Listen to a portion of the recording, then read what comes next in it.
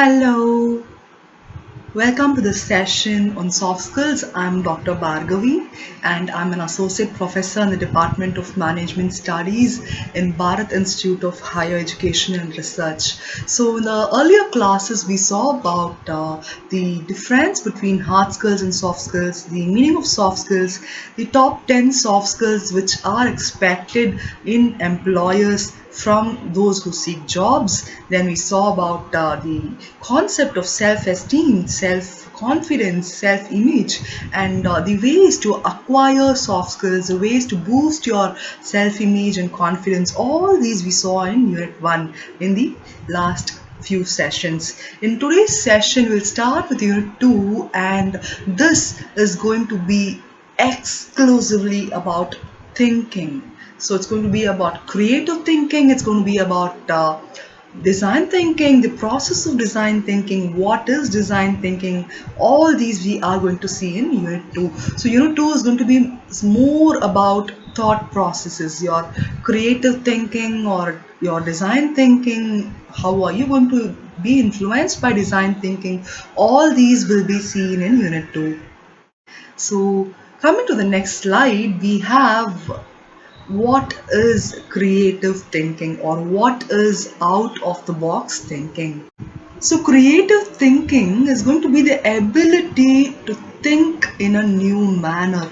So it might be a new approach to your problem or a resolution to a conflict between employees or a new result from a data set. So whatever the thought process you are going to undergo and that is going to result in something new can be called as creative.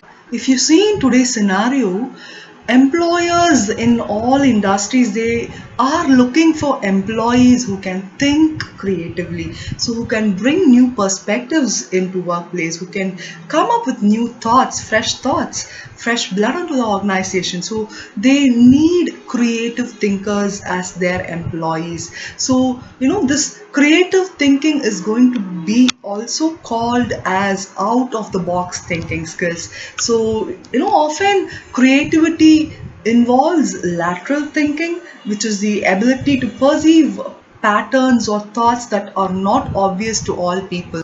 Creative thinking is one of the means to devise new ways to carry out tasks and solve problems to meet challenges. So it means bringing a fresh perspective into the organization, and it is one of the way of thinking that can help several departments to be more productive in nature. So creative thinking is not going to be restricted, it is going to be cherished by the organization, and it is one of the measures to improve productivity of employees. Coming to the next slide, we have what are the top creative thinking skills which have to be present inside the employee.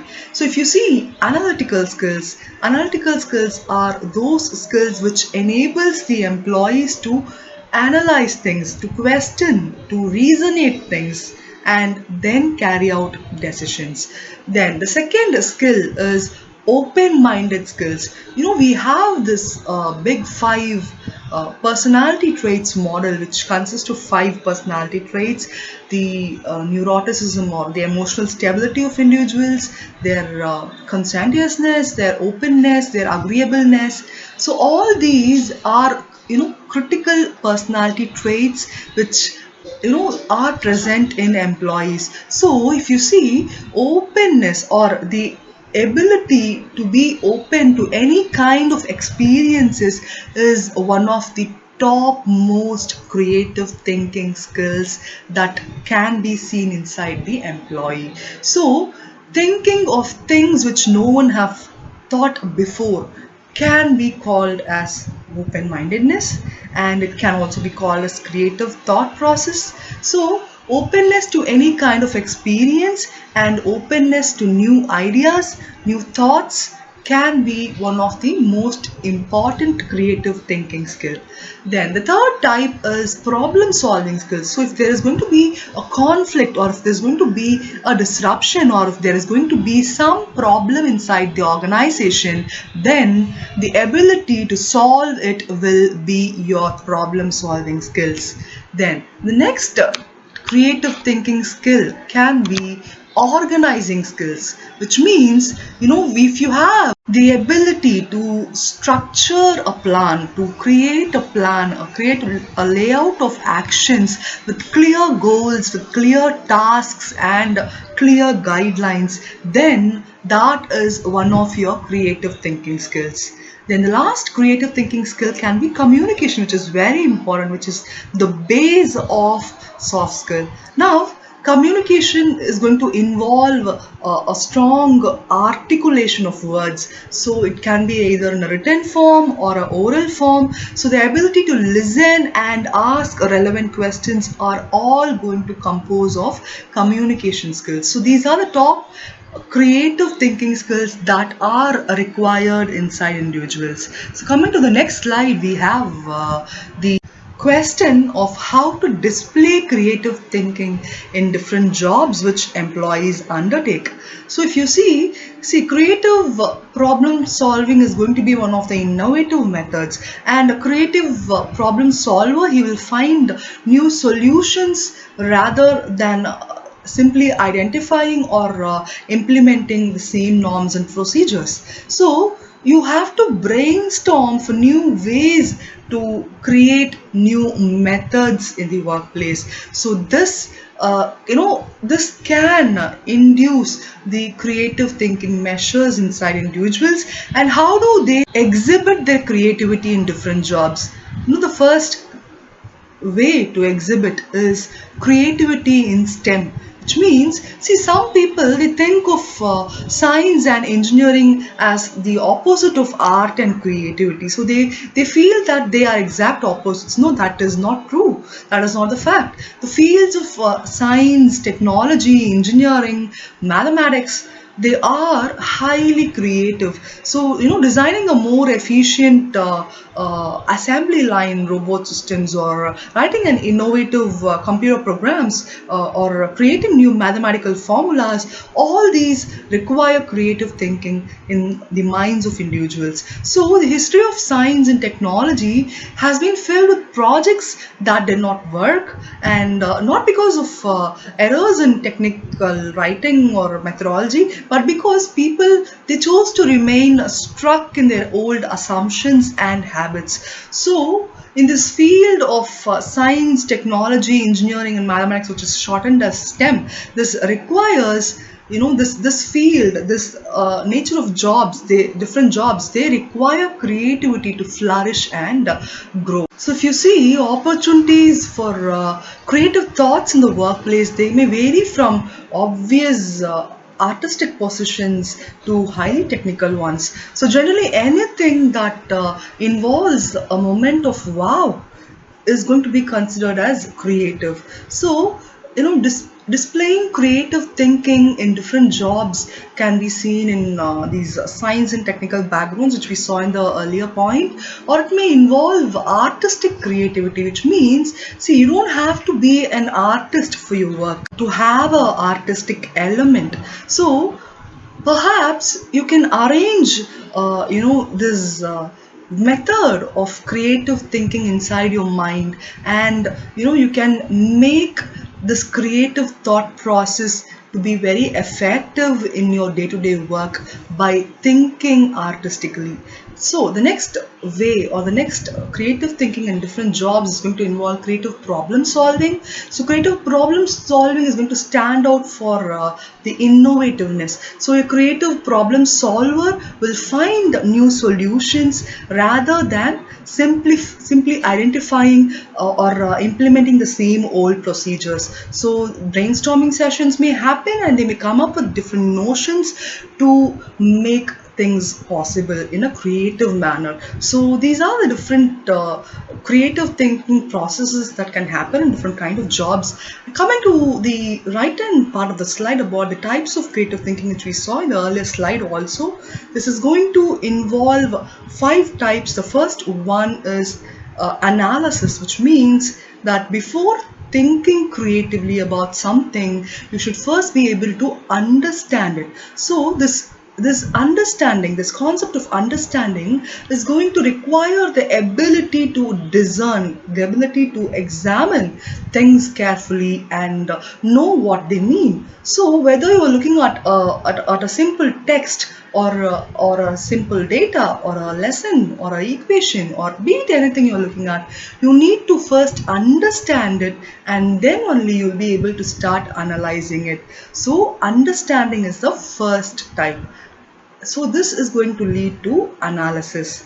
Then the second type of creative thinking is open-mindedness. What do you mean by open-mindedness? We saw in the earlier slide. So this is going to involve thinking creatively when there is not going to be presumptions inside you. You are not going to have a very closed mindset. You are going to have an open platform to listen to ideas, to listen to new brainstorming sessions, and to zeal creativity. So open-mindedness is going to be your level of openness in listening and to be open to situations that you are going to face and come up with new ideas. Then the third type of creative thinking is going to be problem solving, which is going to involve about the measures undertaken by individuals to solve conflicts. So how are they going to solve conflicts, or how are they going to solve problems?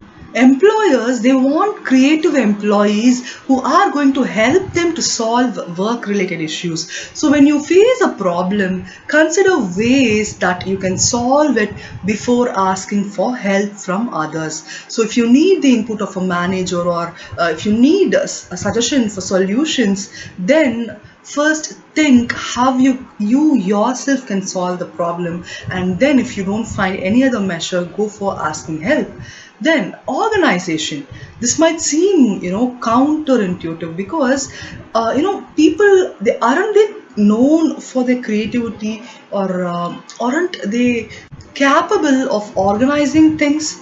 Now, while you might get a little bit messy when you're trying to implement or carry out a new idea, you also need to organize your ideas in a sequence so that others will also be able to understand and they'll be able to follow your way of working. So they'll be able to follow through your vision. So organizing, the way of organizing things, the way of organizing ideas is going to play a vital role in the creative thinking process. Then the last one is communication. So people will appreciate your creative idea only if you're able to communicate its effectiveness to others. So when you have a new idea, when you have found something new, when you have devised something new, when you're able to share it effectively with others in a better manner, then you will be applauded for your innovativeness, you will be applauded for your creativity. So communication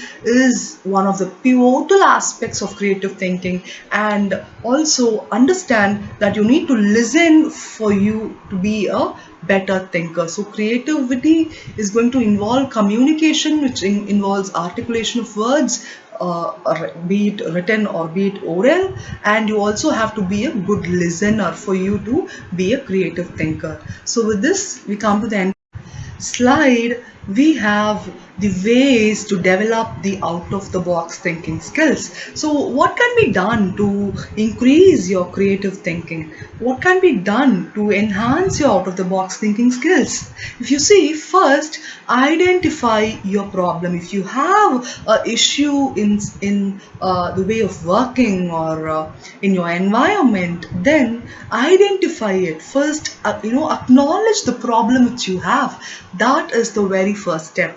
Then take extra time to deal with each problem. So if you make a list of problems that you are facing in your day-to-day life, so that will give you an opinion on what can be done further. So only when you're able to state down your problems in a sheet of paper, and when you start thinking about it, you will be able to get a series of thoughts on how to solve it. So take extra time to deal with each problem, devise suitable strategies. Then the third step is list a number of non-conventional solutions. What do you mean by non-conventional solutions? We know conventional means traditional, so you have to think out of the box. Don't think of the same old methods to solve a problem. Think out of the box in a different way, in a different form. Think of a solution that can, be an answer to the problem which you are facing. So think of non-traditional solutions. That is going to involve out of the box thinking. Then expose yourself to past ideas and solutions, which means you have to think about your previous experiences, how you have dealt those previous experiences, and how you have faced these kind of situations earlier, and what did you do in that particular point of time to come out successfully out of the problem. So think of your old activities, think of your past ideas, previous experiences, and the last step is surround yourself with books, movies, people, and encounters, which means that it is not only enough to do all these four steps which have been mentioned earlier. Only when you have enough people or enough surroundings with you, then you will be able to feel or realize that you can do this particular task in a different way to come at a solution. So these are the different ways to develop your out of the box thinking skills. Coming to the next slide, we have what is design thinking. What do you think is design thinking? Give it a thought. What do you infer by design thinking? Design thinking is a framework that is going to make you to solve problems, and this is going to deal with unknown issues. So something that is unknown to the organization can be solved through the process of design thinking. So it is a very effective method to deal with the multiple problems which the organizations face in today's disruptive scenarios. So design thinking is going to be about upgrading the constraints, and it is going to be about a different process of thinking itself. If you see the successful ones, they are those who are always looking for new ways to compete and accomplish something new. And design thinking is one framework that can help these kind of people to achieve their new inventions. So the concept of design thinking was found by the Stanford professor Dr. David Kelly, who was the founder of design thinking agency IDEO, and he introduced this concept of design thinking, and this was attested by the Nielsen Norman Group, who are very popular for their surveys which they undertake throughout the globe. So design thinking is going to introduce creativity by combining three essential components, which is practical feasibility, economic feasibility, and human interest. What do you mean by practical feasibility? Practical feasibility can help you to identify the needs that you have not addressed till now. So it is going to present you with new opportunities. That's called as practical feasibility. Whereas if you see economic feasibility, this is going to generate innovative solutions rather than addressing or adding more to the existing ones. So it is all about innovativeness. It is all about how much feasible the idea is going to be in terms of monetary benefits or in terms of making it happen. So it helps organizations to learn more quickly and it provides them innovative solutions. Whereas the third point, the third component, human interest, if you see, design thinking is going to promote creativity and innovation while thinking out of the box, and it is going to kindle the interest inside the individual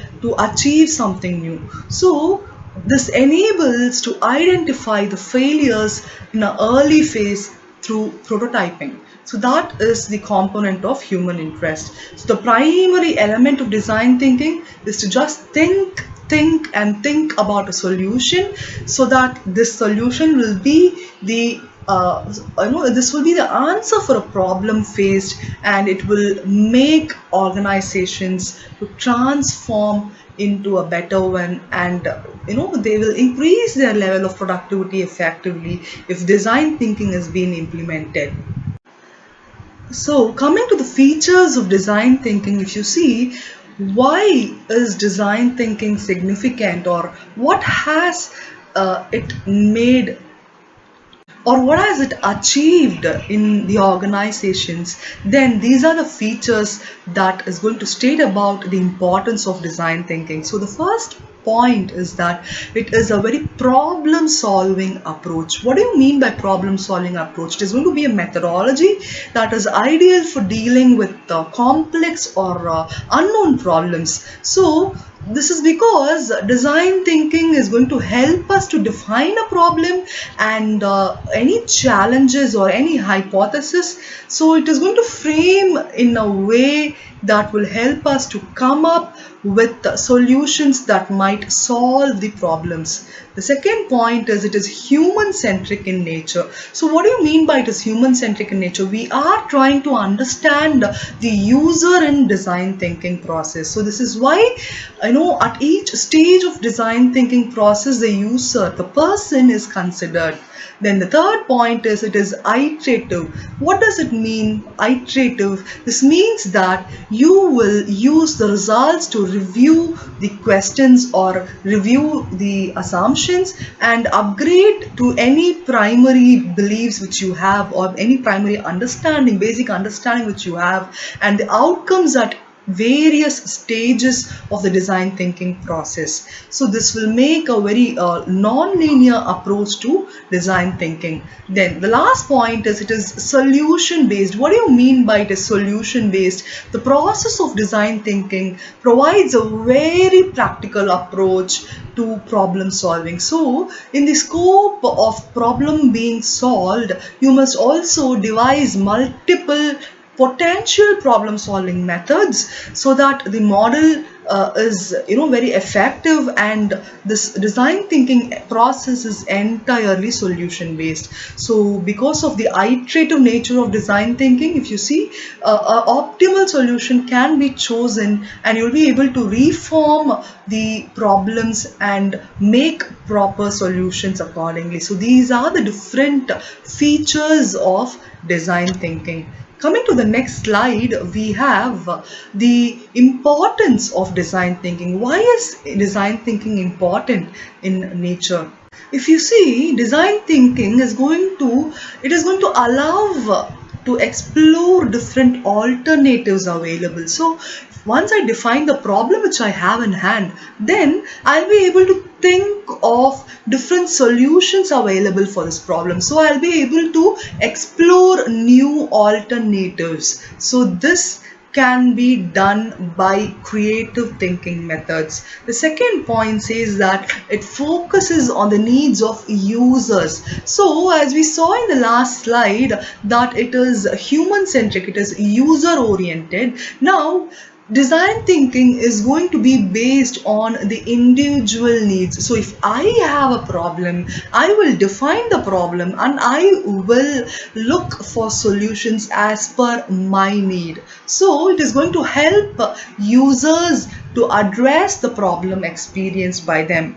Then the third point is talking about it is encouraging inclusive multidisciplinary collaboration to exploit people's skills, backgrounds and thought styles. So if you see, when you take a general brainstorming sessions generally happen in groups, okay? So when you take 5 to 6 members inside for a brainstorming session, and when you tell them that this is a scenario, we need a solution, then they'll start to first identify what the problem is. They'll start to define the problem, and each of them will start giving their own perspective of what can be the solution to the particular problem. So design thinking is going to involve many people, and it is going to exploit people from different backgrounds and their skills. So this is the importance of design thinking. So coming to the next slide, we have the process of design thinking. So what are the 5 stages of design thinking process?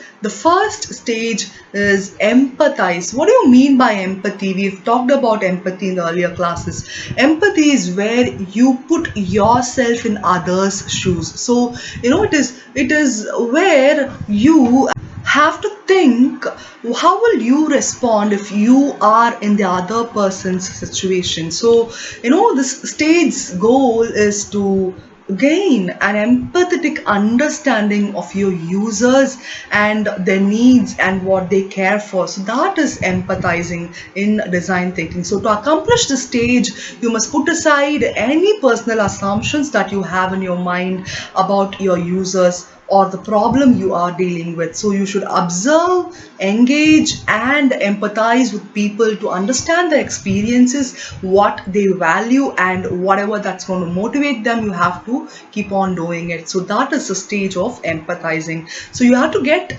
this sense of physical environment where the problem lies, and you have to devise strategies that can empathize people, and this human-centered philosophy has to be given importance. So when users are able to devise the design thinking strategies properly, you have to start empathizing for them. So the stage will inevitably yield a very significant amount of information which you will then have to use it for the next stage.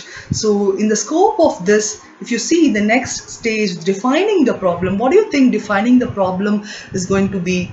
In this stage, the information which you have collected in the very first stage should be analyzed, sorted out and sequenced in such a way that you can better define the problem which you are dealing with. So in the first stage, if you have conducted interviews, or you can analyze the answers from these interviews and highlight any key phrases, keywords, tags related to this issue. So the stage will therefore make you gain clarity, gain understanding, and you will start focusing because you will know what the real problem is. So ideally, if you write this down in the form of an issue statement or a problem statement, this is what my problem is, then that would be the best option. So what is interesting is that the definition of problem has been shaped by the perspective of individuals, and this is without giving importance to what has already been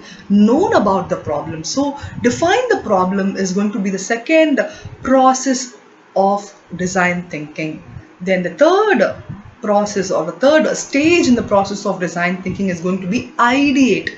Ideate means ideas. So you will start generating some rational concepts that seeks to solve the problem, and typically these ideas are very rough. They result from brainstorming sessions. They are very raw in nature. So there should be a valid approach that might solve a problem, and the important thing in this stage, in this ideation stage, is to think out of the box for new ideas, for new perspectives, for new thoughts to come inside for developing alternatives to a problem. So you should draw these ideas and present them to the users to refine them while selecting certain ideas that are very much worthy for further studies. So the next step in the process of design thinking is for prototyping. What do you mean by prototyping? During this point, you will work with your team to create some good models to examine and test the potentiality of this model. So if you see, the aim of this prototyping stage is to communicate something with the team members and other participants so that there can be some interaction that can take place. And it is very much important to remember that you are you don't try to find the right solution. You are just approaching the issue from different angles, from different perspectives, and you're looking for potential solutions in prototyping stage. So therefore, considering how to prototype or how to build a prototype, you should not waste a lot of time. So you will just pick up roughly and you will start working on it. That is the stage of prototyping. So each solution, when it is prototyped, tested or approved, then what happens is their efficacy is known and a lot of time is not wasted in proving the success of one particular model. So you will have a good idea at the end of the stage of which problems are most likely to address the solutions therewith, and you will know what are the limitations of each solution which you are trying to find for these problems. The next step is testing. What happens in testing? If you see, the successful prototyping approaches, they are tested using developers or evaluators, assessors. So the testing is conducted to assess each model, each alternative that you have developed, and to determine the degree to which this model is going to solve your problem. So this is a systematic process that is going to, sometimes be the result of the test which prototypes were formed and solutions were arrived at. So this leads to further modifications and refinements of the prototypes which we used in the earlier stage. And testing is also going to provide an opportunity for more users to understand and empathize as you observe and engage them. So this is a stage that will help you refine your way of problem solving and framing. So the result of the stage is a sample that solves the problems and that therefore can be used as a model to build the real solution for a problem. So these are the different steps involved in the process of design thinking. The first one is to empathize. The second step is to define the problem. The third step is to ideate. The fourth step is to build prototypes. And the fifth stage is to evaluate and test. So these are the 5 steps or 5 stages in the process of design thinking. So with this, we come to the end of today's session, and I hope you enjoyed the slides and the contents being delivered. So we've seen about what is creative thinking, what are the out-of-the-box thinking skills, how to develop them, what is design thinking, and the process of design thinking, the 5 stages which are involved in the process of design thinking. I hope you enjoyed the session, and stay connected. Thank you for patiently bearing with me for throughout the session. So hope you enjoyed it. Stay safe, stay connected. We'll meet in a new session next time. Thank you.